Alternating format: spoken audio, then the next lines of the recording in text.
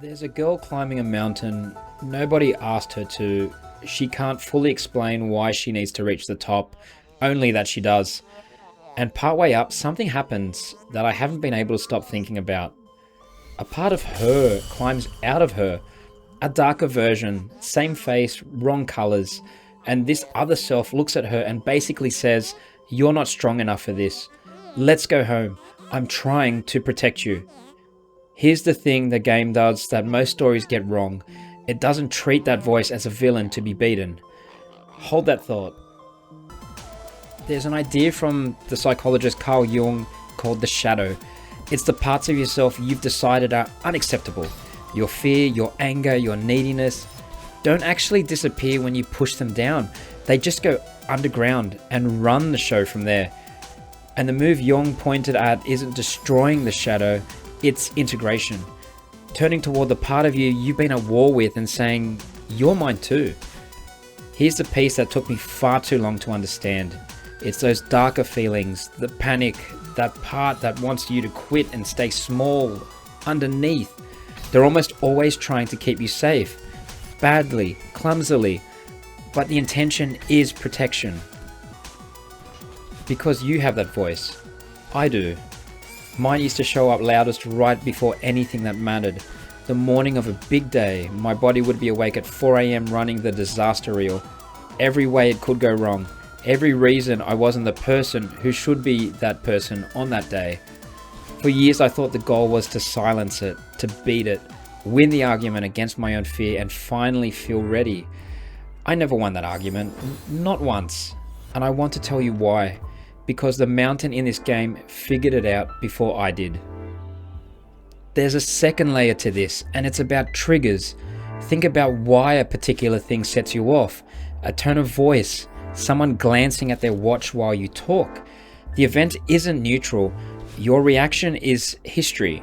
It's a code written into your nervous system a long time ago, firing now to warn you about a threat that most of the time isn't actually in the room. So when that anxious voice shows up, it isn't lying to hurt you. It's reading an old map. It genuinely thinks the cliff ahead is the same cliff that hurt you before. You can't reason a map like that into silence, but you can stop treating that part holding it as your enemy. Now here's why Celeste is the game that teaches this, and not just a story that happens to mention it. Because you don't watch this lesson, you play it. The controls themselves are the therapy. Let me show you what I mean, because it's in the smallest of details. Madeline can do 3 things. She can jump, she can grab a wall and climb for a few seconds, and she can dash. One burst through the air in any direction. That's it. That's the whole toolkit. And almost everything you'll do on this mountain is some combination of those 3 moves. But watch her hair. When she has her dash ready, her hair is red. The moment she uses it, her hair flashes blue. That's the game telling you, with no words, no meter, no UI, you've spent it. You're vulnerable now. You can't dash again until you touch the ground or grab a crystal. The entire risk you're carrying at any moment is painted on the character herself. You always know exactly how much margin you have because it's right there in the color of her hair. I love this because anxiety works the same way in reverse. When you're spiraling, your body is always sending you signals. The tight chest, the shallow breath, the racing thoughts. Your hair's gone blue and you don't notice. Part of getting steady is learning to read your own tells the way this game makes you learn to read hers. Now, the falling. You will die on this mountain hundreds of times, thousands. especially if you go for the harder stuff. You'll miss a dash by a single pixel and disappear in a little burst. And before you even finish registering the failure, you're already back. No loading screen, no game over music, no lecture. You respawn at the start of the room instantly, like nothing happened. That instant respawn is the most important design decision in the entire game, and most people never consciously notice it. Because of it, death stops meaning failure. Death just becomes information. That route doesn't work, that timing was off, try the next one.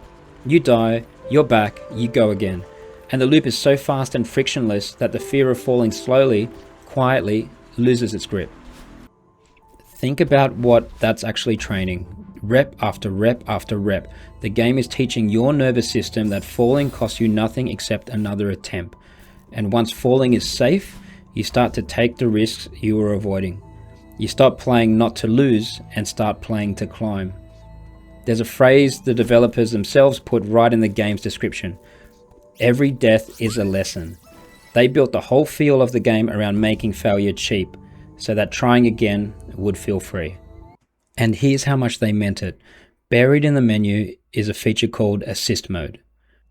You can slow the game down, you can give yourself infinite air dashes, you can make yourself invincible.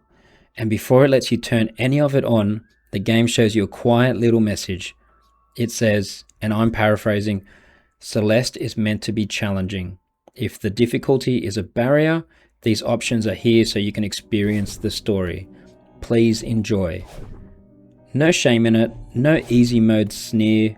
The game is saying the point was never to prove you're tough enough. The point was to get up the mountain in whatever way actually gets you there. Even the difficulty settings understand the lesson. You're allowed to need help. Needing help isn't quitting. And then there's her. The community calls her Madeline, the darker mirror, the part of Madeline made of her anxiety and her self-doubt. And for a long stretch of the game, she is your enemy. She chases you. She throws versions of your own abilities back at you. She copies your movements and uses them against you. So you do the obvious thing. You run, you try to climb faster than her, you outpace her, leave her behind on the mountain. And it does not work. It cannot work because she's you. She's exactly as fast as you are. She will never, ever outclimb the part of yourself trying to escape. The game won't let you because that's the whole point. There's a sequence where running from her literally throws Madeline all the way back down the mountain. Trying to escape that part of her doesn't just fail, it costs her progress that she's made. How many times have you done that, tried to outrun your own fear and ended up further back than when you started? I won't spoil exactly how it resolves because watching it land for yourself is worth it, but I'll tell you the shape of it. The breakthrough doesn't come from defeating Madeline, it doesn't come from leaving her behind. It comes from turning around, from Madeline accepting that this frightened, controlling, exhausting part of her is not a monster chasing her up the mountain. It's part of her that's coming with her whether she likes it or not. And the instant she stops fighting that part of herself and integrates it mechanically in the game, in your hands, something changes about how she moves. The summit, which was impossible while she was at war with herself, becomes reachable. Not because the mountain got smaller, because she stopped climbing it divided. And that's the whole idea. You don't read it on a screen, you do it with your thumbs. Not defeat your anxiety, not silence the voice, you climb with it. So here's one thing you can try until my next video, and it's small on purpose. Next time that anxious voice shows up, the 4 AM disaster reel, the "you're going to embarrass yourself," don't argue with it. Arguing feeds it. Instead, name it and answer it like you would a scared friend. Literally, in your head, I know you're trying to protect me. I've got this part. You're not pretending the fear isn't there. You're not pretending it away. You're doing that Madeline finally does on the mountain. You stop running from the part of you that's afraid and bring it with you. The fear was never the thing standing between you and the summit. The war with the fear was. The girl reaches the top not by becoming someone without fear, by becoming someone who would carry it. And so can you.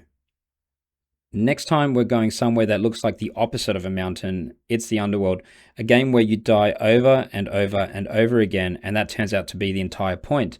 That's Hades. I'll see you there.